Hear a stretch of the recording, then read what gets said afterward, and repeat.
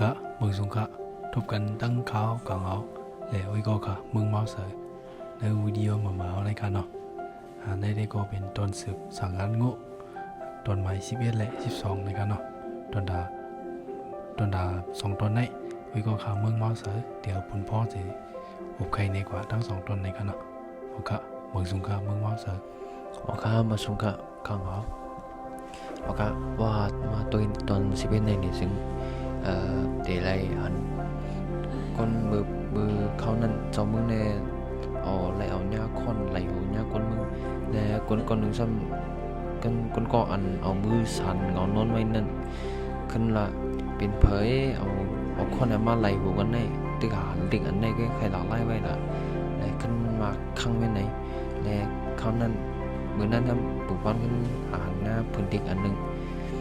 เผื่อว่าปู่บ้านหันหน้าดิกอันนั้นเนี่ยจึงเจออันเงานอนนั่นก็ตื่นมาคำเร็วเนี่ยเผื่อว่าปู่บ้านหันเนี่ยเนี่ยมันช่ำได้หลุลิกอันมันหันนั่นคำเร็วขึ้นคาราเกะกวนวานเขาขึ้นมันตัวว่าก้นวานเขาเลยจ่องเปิ้นอามันแลหึงมากเลยก็มันขึ้นดูในลิงอันนั้นเต็มที่ว่าอยู่หาเขาว่าข้อหมายหนึ่งในนี่จึงโป้สังสือว่าโป้วายกัดเย้าปู่เมืองเนี่ยตื่นแต่ไรสร้างก้นวานก้นเมืองมาซ้อมหน้ากูปีข้อหมายสองพักเขาขึ้นเนี่ยวุ่นวานเนี่ยจำบ่อย่างไรสังสือว่ามาเฮ็ดซ้อมหน้าเนี่ยจึงป้าพาแผนมากำเหลวและข้อหมายสามก้นเจออันลูกกว่าทำซึกดีตับได้ดีตนตีนั่นก็กุนวานทั้งในตกไว้อยู่10ก็ตื่นแต่ไรกว่าและอับตอบปั๊มจะดิกซึกเขาจงวนอย่างคนโอคำตื่นแต่ไรเกมมึนเห็นเย็บยาง3จะล้างก้นเกิดก้นตายก้นปู่เมืองในตื่นแต่ไรมาสร้างปันในแลเผื่อว่าไว้ปู่ปั้นหรือเย้าไหนก็ก้นวานเขาในไรหูมุดก้นวานเขาก็พร้อมซ้อมว่าก้นวานกล้องว่าสังเกตว่าห้องกว่าเฮ็ดเนี่ยจึงพอซ้ำที่มาเฮ็ดละเขาเจ้าก็ว่ามันเจอเขาเนี่ยจึงพอซ้ำที่มาเจอละเนี่ยการตื่นที่ไรเฮ็ดจำขอความอันหาคนในสั่งมากก็เยอะโอเคพอมาตุยตอน11เนี่ยจึงที่มีสิ่งหนึ่งนะครับโอเคและเพราะว่ามาตุยตอน12เนี่ยจึงปู่เมืองขึ้นลาดชื่ออันใครกว่าทำเฮ็ดซึ่งนั้นมาปั่นจรางตีเขาและซ้ำมีพอเสก็ไว้นั้นขึ้นมีการโง่ขามอะไรเนี่ยแหละขึ้นจังกว่าปั่นจรางไงกว่าทำซึกแล้วการโง่ในก็มึกก็เล็กในเลยไก่มังกันผิดกันหม้อกันไก่ปัดลายจอมกองมันและก้นหลงกองขึ้นมาเจอสุเขาในใกล้มามังกันพันกันดีองอันเปิ้นหันไว้สู่โลกวันเนดีอันก้นเคยเปิ้นหลัวติๆมินั้นก็มังกันมินั้นติๆและผู้ไว้ปังกุมาเนี่ยก็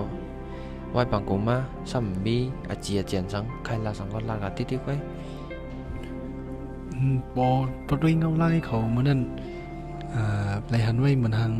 มีปักมีเปิงในก็รัดเลยครับเนาะเพราะว่าก็เลยคลัดก็ลูกรัดจะไหนเนี่ย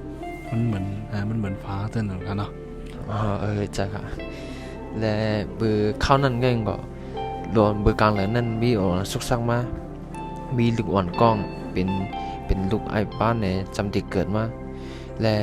กำในก้นทางกล้องขึ้นไปว่าตีเฮือนเขากับเฉาตีคุณไรนั่นหันเป็นห้อยพังให้ไว้เนี่ยก็บือหลวนจำติเกิดมานั่นทุ่งจำสังชื่อว่าเมืองการงอเขาในได้ว่าหลวงก้อนหนึ่งเกิดมาในจึงทุ่งจำเขาว่าปอเขาในแน่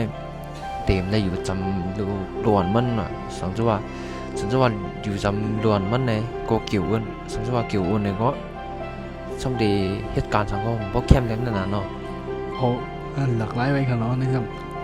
ซึ่งคือขนาดไหนเพราะว่าหลวนเมืองเปิ้นในซ้ำเฮาไรหันพ่อแม่มัน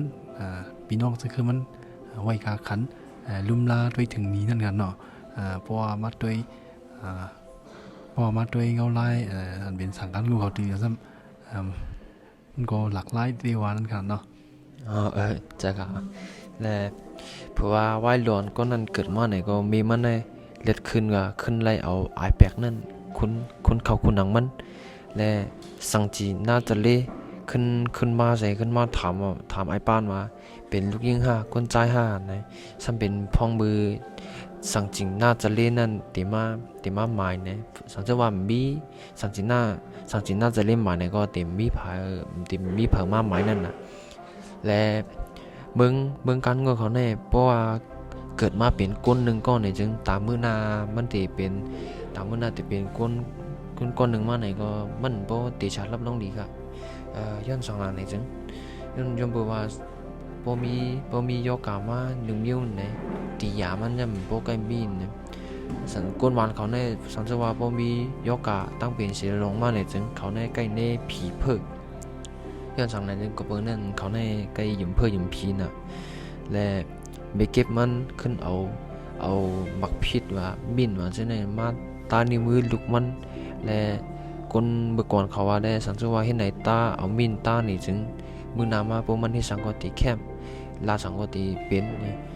ขึ้นลาจนไหนขึ้นเก่าผีว่าเพราะว่าติกิ